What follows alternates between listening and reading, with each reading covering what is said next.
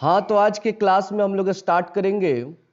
Class 10th का subject Sanskrit है ये, और पार्ट 3 का पार्ट 2 है। जैसा कि आप लोग जानते हैं कि पार्ट 1 में हम लोगों ने अलस कथा के बारे में पढ़ चुके हैं, मतलब कहानी पूरा एक एक वर्ड का अर्थ अच्छे से समझ चुके हैं। और पार्ट 2 में हम लोग पढ़ने वाले हैं इसके मौखिक प्रश्न उत्तर को। मौखिक प्रश्न उत्तर जो आपकी किताब में पीछे दिया हुआ है, और ये पाठ का नाम है अलस कथा, आलसियों की कथा। तो चलिए स्टार्ट करते हैं इसके मौखिक प्रश्न उत्तर को। अगर आप चैनल पे नए हैं तो चैनल को प्लीज सब्सक्राइब करके बेल आइकन दबाएं, ताकि जैसे ही वीडियो अपलोड हो तो सबसे पहले आपको उसका नोटिफिकेशन मिल जाए। तो मौखिक का हमारा पहला प्रश्न है, अधोलिखितानाम प्रश्नानाम उत्तराणि वदत। अधो मतलब होता है नीचे। अधो मतलब क्या होता है? नीचे। लिखिता नाम, लिखता नाम मतलब होता है लिखे गए, यानी नीचे लिखे गए, जिसको हम लोग कहते हैं अपने आम भाषा में निम्नलिखित। क्योंकि निम्नलिखित का अर्थ क्या होता है? नीचे लिखे गए। प्रश्नानाम, प्रश्नानाम का अर्थ हुआ प्रश्नों के। उत्तराणी, उत्तराणी मतलब उत्तर। वदत, वदत मतलब हुआ बोलिए। क्योंकि देखिए, आपको तो एग्जाम में लिखना ना है, बोलना थोड़े ना है, लेकिन फिर भी जो हमारा ये क्वेश्चन है वो मौखिक है, और मौखिक का अर्थ होता है मुंह से पूछताछ। तो पूछताछ में लिखा नहीं जाता है बल्कि बोला जाता है, इसलिए यहाँ पे लिखा गया है, लिखत के जगह लिखा गया है वदत। लेकिन कल के क्लास में जब हम लोग पढ़ेंगे लिखित का, तो वहां पे वदत नहीं बल्कि लिखित होगा। क्या होगा? लिखित। लिखित मतलब लिखिए। तो वदत का अर्थ अब समझिएगा बोलिए, बट बोलना नहीं है, लिखना ही है हम लोगों को। जैसा कि पहला प्रश्न है क नंबर, इयम कथा, इसका अर्थ हुआ यह कथा। इयम कथा मतलब यह कथा, यानी कथा कौन सा? जो हम लोग पढ़े थे चैप्टर में, अलस कथा। कस्मात ग्रंथात, किस ग्रंथ से उद्धृत अस्ति, उत्पन्न हुआ है, लिया गया है। यानी जो आपने ये कथा पढ़ा, ये कथा किस ग्रंथ से लिया गया है? हाँ, तो उस ग्रंथ का नाम है पुरुष परीक्षा। पुरुष परीक्षा। तो देखिए, आपको करना क्या होता है ना कि इन सब प्रश्नों में कि इयम कथा लिखा है तो आपको इयम कथा लिख देना है, कोई चेंज नहीं करना है। बस बदलाव करना है जहां पे प्रश्न पूछ रहा है। तो प्रश्न पूछ रहा है कस्मात, किस। कस्मात मतलब किस। तो बस आपको चेंज कर देना है, उसके जगह पे पुरुष परीक्षात, पुरुष परीक्षात। उद्धृत अस्ति तो उद्धृत अस्ति, उसमें कोई चेंजिंग नहीं करेंगे। तो आंसर हमारा क्या होगा इसका? इयम कथा पुरुष परीक्षात उद्धृत अस्ति। समझ में आ गया बात कि यह जो कथा है किस ग्रंथ से लिया गया है? तो पुरुष परीक्षा ग्रंथ से लिया गया है। ख नंबर हमारा प्रश्न है, अस्याम कथायाम कस्य महत्वम वर्णितम अस्ति। यह कथा किसके महत्व का वर्णन करता है? यानी यह जो कथा है किसके महत्व का वर्णन करता है? तो हम कहेंगे कि अस्याम कथायाम मानव गुणानाम महत्वम वर्णितम अस्ति। यह कथा मानव के गुणों का, किसके गुणों का? मानव के गुणों के महत्व का वर्णन करता है। यानी कि मनुष्य के जो गुण होते हैं, उनके क्या महत्व होते हैं, उसका वर्णन करता है। कौन कौन सा पाठ है जी? पाठ का नाम क्या है? अलस कथा। पाठ 3 नहीं बोलना है, बोलना है अलस कथा। ठीक है ना? ग नंबर प्रश्न है, अस्या कथाया रचनाकार कह। इस कथा के रचनाकार कौन है? तो आप लोग पढ़े हैं पाठ में कि इस कथा को लिखे थे मैथिली कवि विद्यापति जी। तो आप उत्तर में लिखेंगे अस्या कथाया, यानी अस्या कथाया का उसी तरह बस रचनाकार, कह, कह के जगह हटा करके विद्यापति अस्ति। इस कथा के रचनाकार विद्यापति जी हैं। समझ में आ रहा है बात? घ नंबर है, इयम कथा किम शिक्षति। यह कथा क्या शिक्षा देता है? यानी जो आपने कथा पढ़ा है, जो कहानी पढ़ा है, इस कहानी से हमें क्या सीख मिलती है? तो उत्तर में लिखेंगे इयम कथा आलस्यम त्यक्तुम शिक्षति। यह कथा आलस्य को त्याग करने की शिक्षा देता है। किसको त्याग करने की शिक्षा देता है? आलस को। आलस समझ रहे हैं ना, कि मतलब काम नहीं करने का मन, जो अपना कर्म है वो कर्म करना हम नहीं चाहते हैं, उसमें आलस हो जाता है। तो यह कथा हमें ये सिखाता है कि हमें आलसी नहीं होना चाहिए, हमें अपने आलस को त्याग कर देना चाहिए, क्योंकि मनुष्य का सबसे बड़ा शत्रु क्या है? आलस है। अंग नंबर प्रश्न है, विद्यापति कह आसित, विद्यापति कौन थे? तो आप कहेंगे उत्तर में, विद्यापति लोकप्रिय मैथिली कवि आसित, विद्यापति लोकप्रिय मैथिली कवि थे। किस प्रकार के कवि थे? तो लोकप्रिय मैथिली कवि थे। 6 नंबर है, अस्याम कथायाम कस्य दोषस्य वर्णनम अस्ति, यह कथा किसके दोष का वर्णन करता है? वह कौन सा दोष है, वह कौन से कमी है मनुष्य की जिसका वर्णन इस पाठ में किया गया है? तो किस कमी पर इसमें बताया गया है जी? आलस पर। किस पर? आलस पर।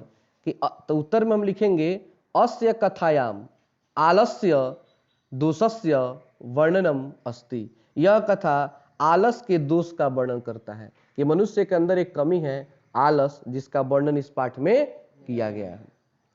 6 नंबर है, मिथिलाया मंत्री कह आसित, मिथिला का मंत्री कौन था? तो उत्तर में देंगे मिथिलाया मंत्री वीरेश्वर आसित, मिथिला का मंत्री वीरेश्वर था। क्योंकि आप लोग पहला ही लाइन देखे हैं ना पाठ में कि मिथिला के मंत्री का नाम क्या था? वीरेश्वर था, जो स्वभाव से दानशील और करुणामयी था। उसके बाद है ज नंबर, तम दृष्टवा सर्वे धूर्ता पलायित, तम दृष्टवा क्या देखकर सभी धूर्त, धूर्त मतलब होता है ठग, जो कृत्रिम आलसी बने थे, बनावटी आलसी बने थे, क्या देखकर भाग गए? तो घर में आग जो लगा था उसको देखकर वे क्या हो गए? भाग गए। तो यहाँ पे उत्तर में हम लिखेंगे गृह अग्नि लग्नम, गृह अग्नि लग्नम, यानी घर में आग लगकर, प्रविर्धम स्त्रीम दृष्टवा, घर में आग लगे देखकर, सर्वे धुरिता पलायित, सभी धूर्त वहां से भाग गए।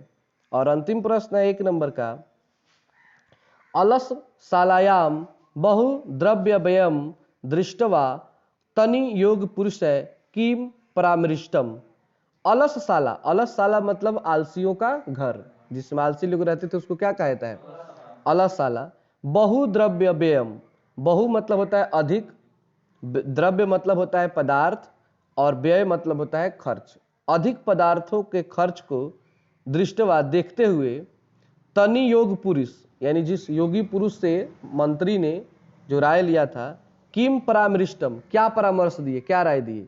मतलब उन्होंने क्या राय दिया कि मतलब कैसे इस धन को बचाया जा सकता है जो अभी बर्बाद हो रहा है इतना ज्यादा आलसियों में। तो उन्होंने क्या दिया था जी कि घर में आग लगाया कि परीक्षा किया जाए, क्योंकि जो असली आलसी होगा वो रुक जाएगा और जो असली आलसी नहीं होगा वहां से भाग जाएगा। तो उत्तर में लिखेंगे अलसशालायाम बहु द्रव्य व्ययम दृष्टवा, आलसियों के घर में बहुत अधिक पदार्थों के खर्च को देखकर, तनि योग पुरुष परीक्षाम कर्तुम अलसा नाम परामृष्ट, तनि योग पुरुष ने परामर्श दिया कि इन आलसियों की परीक्षा ली जाए, इन आलसियों की परीक्षा ली जाए। तो ये हमारा मौखिक का प्रश्न संख्या 1 कंप्लीट होता है। कोई दिक्कत इसमें? ठीक है, चलिए अब इसके 2 नंबर प्रश्न को समझते हैं। दूसरा प्रश्न है, अधोलिखितानाम प्रश्नानाम उत्तरम एक शब्देन दत्त, निम्नलिखित प्रश्नों का उत्तर एक शब्द में दें। कैसे देना है जी? एक शब्द में। जैसे कि अभी आप लोगों ने ऊपर जो प्रश्न समझा तो उसमें एक शब्द नहीं था बल्कि पूरा पूरा शब्द था, लेकिन इसमें आपको बस उत्तर बोलना है, ज्यादा पूरा शब्द नहीं बोलना है, बस जो उसका मेन उत्तर है उसी को कहना है एक शब्द में। कितने शब्द में? एक शब्द में। तो क नंबर प्रश्न है, अग्निम दृष्टवा के पलायित, अग्नि को देखकर कौन भाग गए? तो लिखेंगे सभी धूर्त, यानी सभी, सर्वे धूर्ता, सर्वे धूर्ता, यहाँ पे ऊपर र छूट गया है, लिख लीजिएगा जो रेफ होता है। सर्वे धूर्ता यानी सभी जो धूर्त थे, झूठ मूठ के आलसी बने थे, वे सभी आग को देखकर क्या हो गए? भाग गए।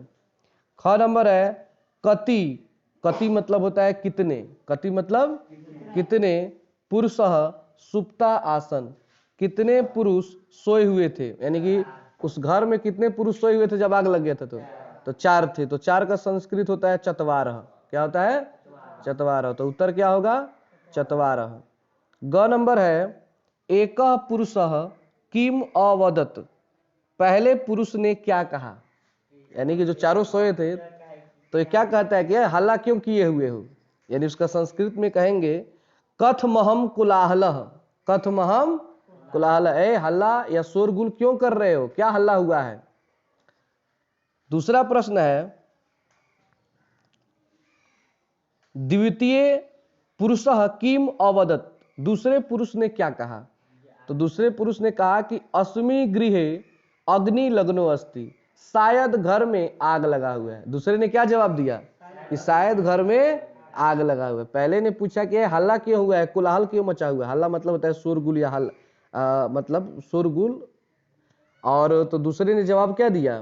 कि शायद घर में आग लगा हुआ है। अब अंग नंबर प्रश्न है कि तृतीय पुरुषः किम अवदत्, तीसरे पुरुष ने क्या कहा? तीसरे पुरुष ने क्या कहा? तो उत्तर में कहेंगे को अपि धार्मिक नास्ति, कोई भी यहाँ धार्मिक व्यक्ति नहीं है, कोई भी यहाँ धार्मिक व्यक्ति नहीं है। और च नंबर है चतुर्थ पुरुषः किम अवदत्, चौथे ने क्या कहा? तो उसने कहा तुष्णीम भवन्तु, मतलब कोई जाकर इसमें पानी फेंक कर इसको क्या करो? शांत करो, चौथे ने कहा, लेकिन खुद कोई भी उठ नहीं रहा है। 6 नंबर है वीरेश्वर कह आसित, वीरेश्वर कौन था? तो मिथिला का मंत्री। तो उत्तर में लिखेंगे मिथिलाया मंत्री, मिथिला का मंत्री। ज नंबर है तस्य स्वभाव कीदृश आसित, उसका स्वभाव कैसा था? तो किस स्वभाव का था जी वीरेश्वर? दानशील था, मतलब दान करता था। और कारुणिक, कारुणिक मतलब होता है करुणामयी था, लोगों पे दया भी करता था। तो उत्तर में लिखेंगे दानशील कारुणिकस्य, यानी च का अर्थ होता है और, च का अर्थ क्या होता है? और, यानी कि वो दानशील भी था और करुणामयी भी था।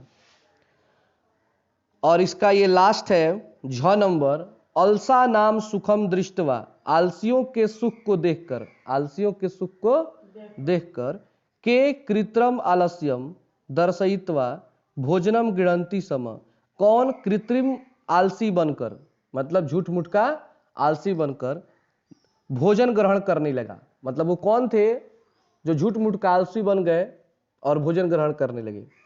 तो वे सभी ठग थे। कौन थे? उनको धूर्त कहा जाता है संस्कृत में। क्या कहता है? धूर्त। तो लिखेंगे धूर्ता, धूर्ता मतलब बहुत सारे ठग थे जो झूठ मूठ का आलसी बन करके और मंत्री से कपड़ा अन्न फ्री में दान लेना शुरू कर दिए। तो ये हमारा हो गया मौखिक प्रश्न उत्तर, जो पाठ के आधार पर ही है टोटल प्रश्न। अब इसके अगले वीडियो में हम लोग पढ़ेंगे इसके लिखित प्रश्न उत्तर को। किसको पढ़ेंगे? लिखित प्रश्न उत्तर को। तो आज के लिए इतना ही।